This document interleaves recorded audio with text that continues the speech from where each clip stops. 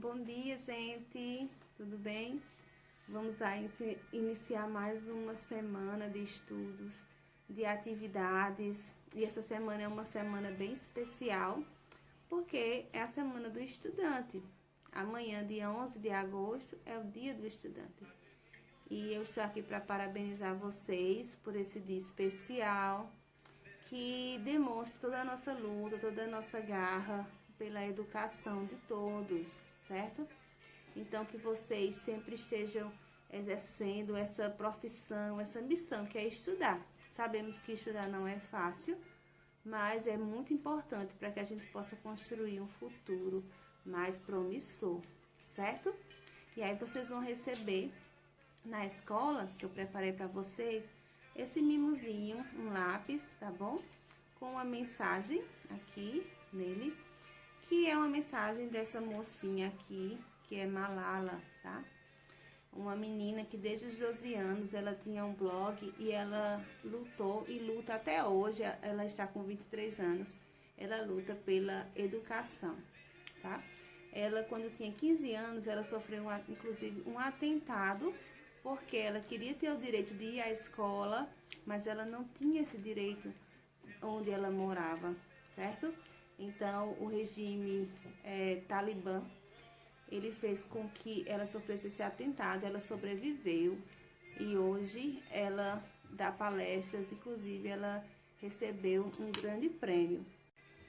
Ela recebeu o Prêmio Nobel da Paz. Ela foi, na verdade, a pessoa mais jovem a receber um Prêmio Nobel pela Paz.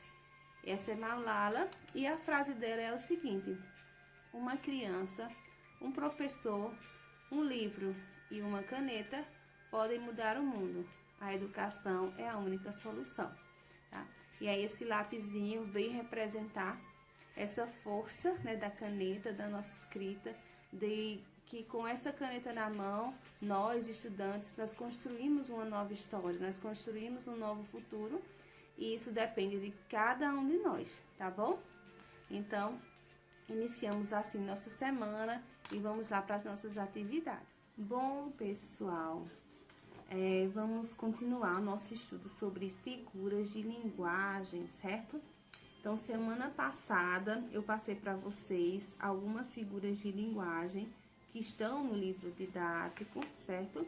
As figuras que eu passei semana passada foram personificação ou prosopeia, eufemismo, antítese, aliteração, assonância e anáfora.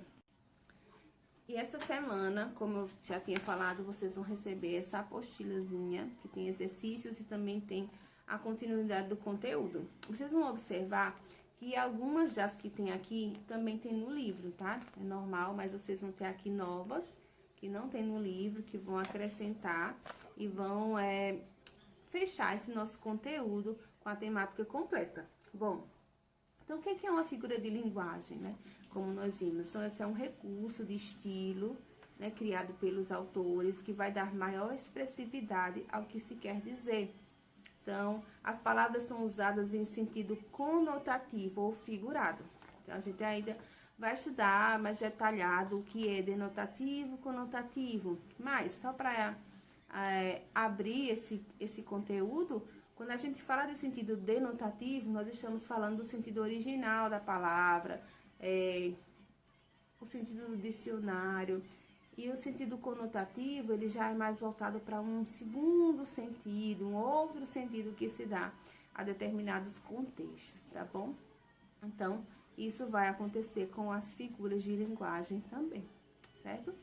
Então, a gente vai trabalhar aqui algumas dessas figuras. Posso dizer que ainda não são todas as figuras de linguagem, ainda existem mais do que essas, mas para o nível do ensino fundamental, essas já aqui são suficientes, tá? O importante é que a gente consiga compreender o sentido que as palavras elas tomam a ser utilizadas dentro do texto. Então, quando a gente utiliza uma palavra, ela pode ganhar um novo significado a partir do que está sendo dito, certo? Então, vocês iniciam aqui com um exercíciozinho, tá? Curtinho, de linguagem, tá? Para perceber esses sentidos. E aí, a gente já inicia aqui com algumas figuras de linguagem. A gente começa com a metáfora, gente. Então, o que é uma metáfora? A metáfora é uma figura de linguagem que ela faz uma comparação, só que ela não é uma comparação direta, assim. Ela não diz, fulano, por exemplo, é bonito como o sol. Ela já diz diretamente, fulano é o sol. Então, a metáfora, ela utiliza essa expressão para fazer com que a gente entenda essa comparação, certo? Então, vou dar aqui alguns exemplos para que a gente possa visualizar melhor. Primeiro exemplo. O dia abriu seu para-sol bordado de nuvens e de verde ramaria, e estava até um fumo que subia, minuciosamente desenhado. Então, esse trecho que diz, o dia abriu seu para-sol bordado, isso é uma metáfora, tá? Porque o para-sol bordado seria justamente essas nuvens, né? Essas árvores, que elas vêm como que filtrando essa luz do sol, certo? Então, assim como acontece no próprio fumo, em que há esse filtro, né? Vai se filtrar. Então, ela mostra como se fosse um retrato, um desenho, essa figura em que aparecem essas nuvens, essa verde ramaria, que seriam as árvores, filtrando esse raio do sol. Então, ele abriu esse para-sol bordado. Então, não é que existe um para-sol bordado, né, ali no horizonte, não. É uma metáfora para dizer que esse dia, né, ele nasceu muito claro, certo? E que junto a esse sol tem aí outros elementos, como as nuvens e as árvores, tá? Outro é esse aqui, ó. Cada loja é um novo prego em nossa cruz. Então, cada loja é um novo prego. Então, ele já diz que ela é um novo prego. Ela não diz que cada loja é como um novo prego. Mas há uma comparação aí. Porque quando eu digo que a loja é um prego na nossa cruz, quer dizer que ela está ajudando a nos fixar nessa cruz. Ela nos prende, né? O consumismo, podemos dizer assim. Então, o ato de consumir, ele acaba nos tornando pessoas presas. Tanto no consumir quanto nas dívidas, né, gente? Então, por isso que é chamado de metáfora, porque é essa comparação que há, mas ela é uma comparação velada, ela não é uma comparação que vai dizer que é como alguma coisa. Ele já chega e diz que é. E aí a gente precisa perceber esse jogo de palavras. Tem uma canção, que é um poema de Camões, e também uma canção de Legião Urbana, que diz que o amor é fogo que arde sem se ver. Então, quando diz que o amor é fogo, isso também é uma metáfora. Porque o amor não é fogo, ele é como o fogo. Mas aí, a partir do momento que se diz que é, fazendo essa comparação, é uma metáfora, tá bom? E aí, vamos para a nossa segunda figura de linguagem, que é a comparação. A comparação, vocês já estão bem mais habituados por conta das orações comparativas, né? Subordinadas comparativas. Como esse exemplo, o amor é como a aragem que murmura da tarde no cair pela folhagem. Não volta o mesmo amor à formosura, bem como não volta a mesma aragem. Então, o que a gente observa aí? Que há uma comparação entre o amor e a aragem que murmura, certo? Então, é muito simples a comparação, ela é parecida com a metáfora. Só que na comparação a gente tem esse elemento, é como o outro, tal qual o outro.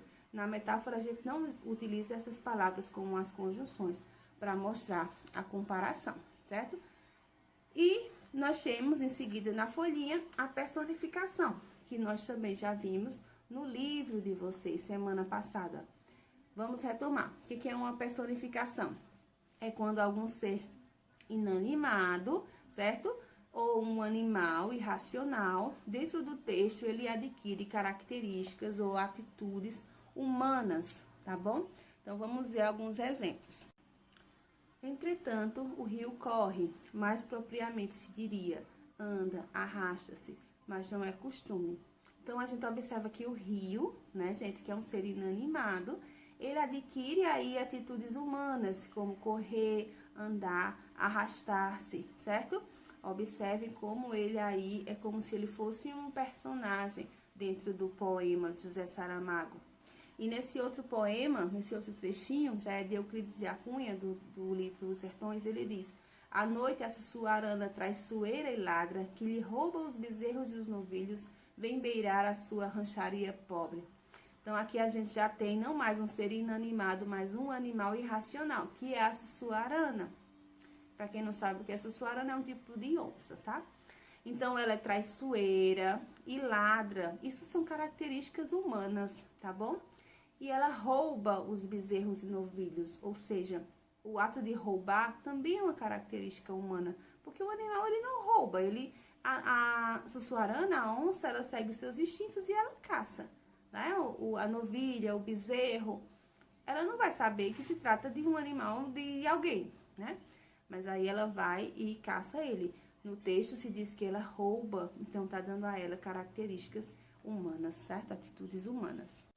Em seguida, nós temos a hipérbole. O próprio nome está dizendo é hiper, é muito, é exagerado, certo? Então, é quando eu tenho um exagero na linguagem. Como nesse exemplo que diz, rios te correrão dos olhos se chorares. Então, está dizendo que rios vão correr dos olhos se chorar. Então, isso é um exagero dizer que vai correr um rio de lágrimas, né, gente? Porque um rio de lágrimas, isso não existe, tá? Então, isso é um exagero. Também quando diz, Custódio enfiou um casaco de alpaca e voou à rua da Assembleia. Voou é um modo de dizer, um exagero, porque ele não voou, quer dizer que ele foi rápido, mas voar já chega a ser um exagero, tá bom? Então, isso é uma hipérbole, é o exagero na linguagem. Já o hipérbato, então tenham cuidado para não confundir os nomes. Hipérbole é o exagero. O hipérbato não tem nada a ver com exagero. Na verdade, é somente quando a gente altera a posição da frase. Então, a frase ela não aparece naquela sua estrutura normal de sujeito, verbo e complemento, tá? É uma ordem inversa, como nesse exemplo que diz: mas no sol e na luz falte a firmeza, na formosura não se dê constância e na alegria sinta-se tristeza, que é um trechozinho do poema de Gregório de Matos, tá? Então, a gente observa que aí há uma inversão nos termos da oração. E aí, se a gente fosse organizar direitinho, ia ficar: mas a firmeza falte no sol e na luz, não se dê constância na formosura e sinta-se tristeza na alegria. Então, a gente vai observar que vai haver uma alteração aí nos termos da oração para se chegar àquela estrutura que a gente conhece, que começa com o sujeito, vem o verbo, vem os complementos depois, tá bom?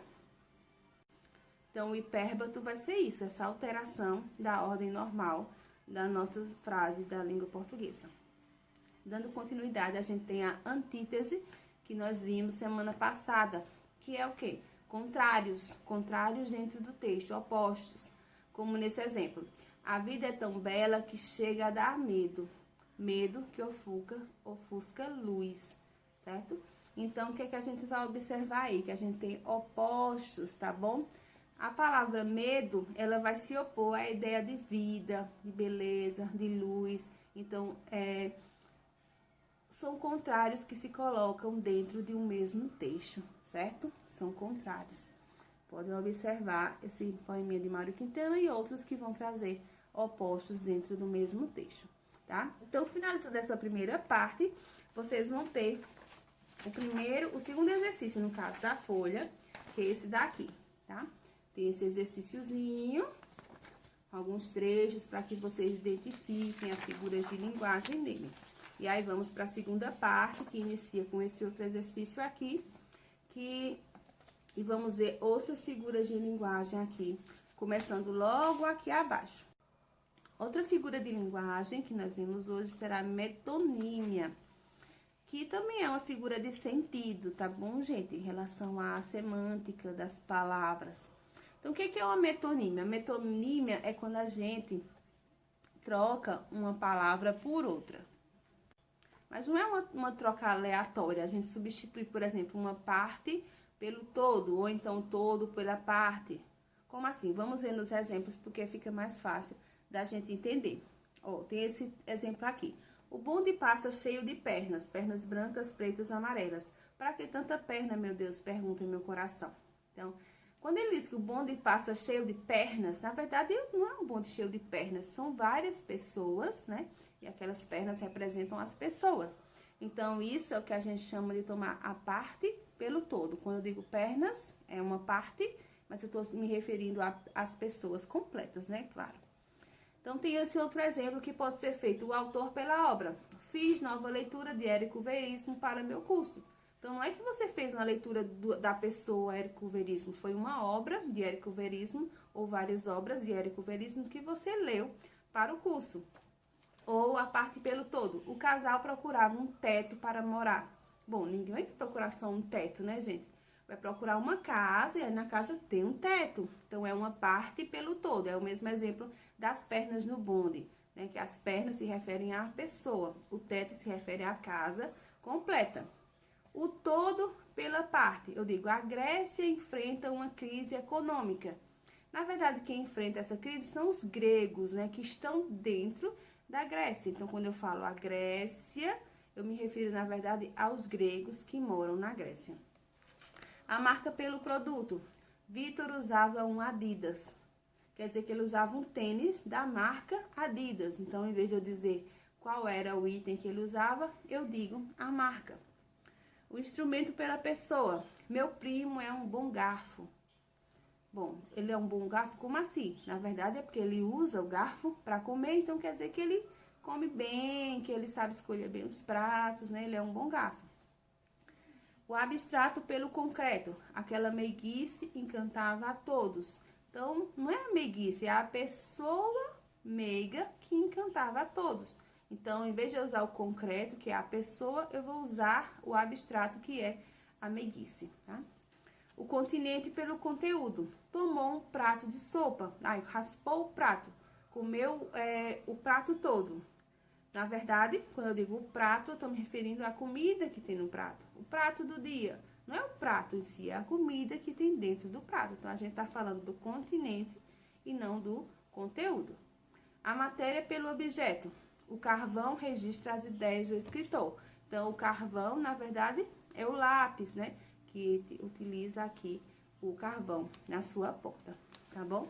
Então, esses são alguns exemplos de metonímia para que a gente possa entender que na verdade, a gente utiliza uma parte para se referir ao todo, ou então se refere ao todo para falar de apenas uma parte.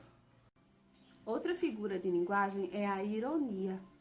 Que a ironia, na verdade, ela consiste, né? Em você afirmar o oposto do que você pensa. Então, você pensa uma coisa e você fala o oposto. Então, você está sendo irônico, certo? Por exemplo, a cada canto um grande conselheiro que nos quer governar cabana e vinha. Não sabem governar sua cozinha e podem governar o mundo inteiro.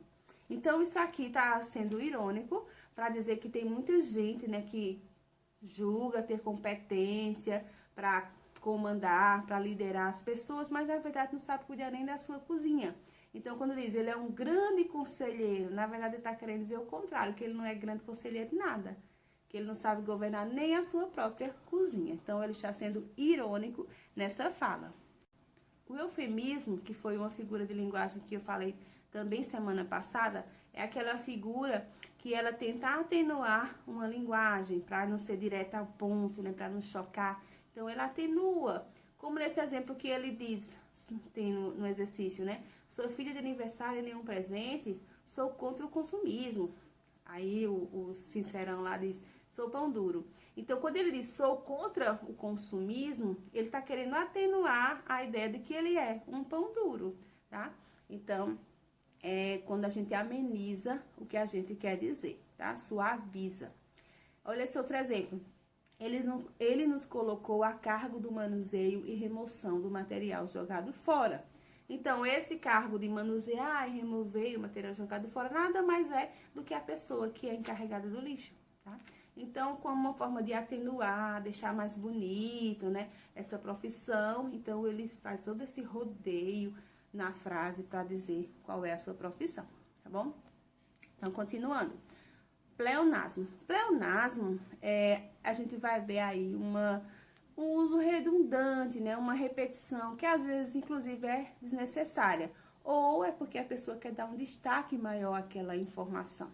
Como eu disse, ó, aqui em João Guimarães Rosa, em Grande Sertão Veredas, ele diz: o morto, morrido e matado não agride mais.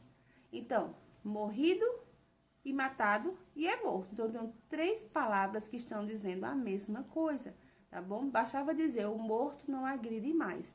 Mas como uma forma de intensificar essa questão da morte, aí se repete essa informação. Outra, vi com meus próprios olhos o foguete desaparecer no céu. Ora, claro, como é que a gente vê com os olhos dos outros? Então, isso é um pleonasmo. Também tem essa frase que diz, em poucos minutos desceram para baixo todos os ocupantes do prédio. Se desceram, tem que ser para baixo, né, gente? Então, isso é um pleonasmo. Portugal mantinha antigamente um monopólio exclusivo com o Brasil. Monopólio exclusivo. Bom, se é monopólio é porque é exclusivo. Então, também há uma repetição aí. O arremate final, certo? As conclusões finais. Isso é pleonasmo, porque são informações redundantes, repetitivas.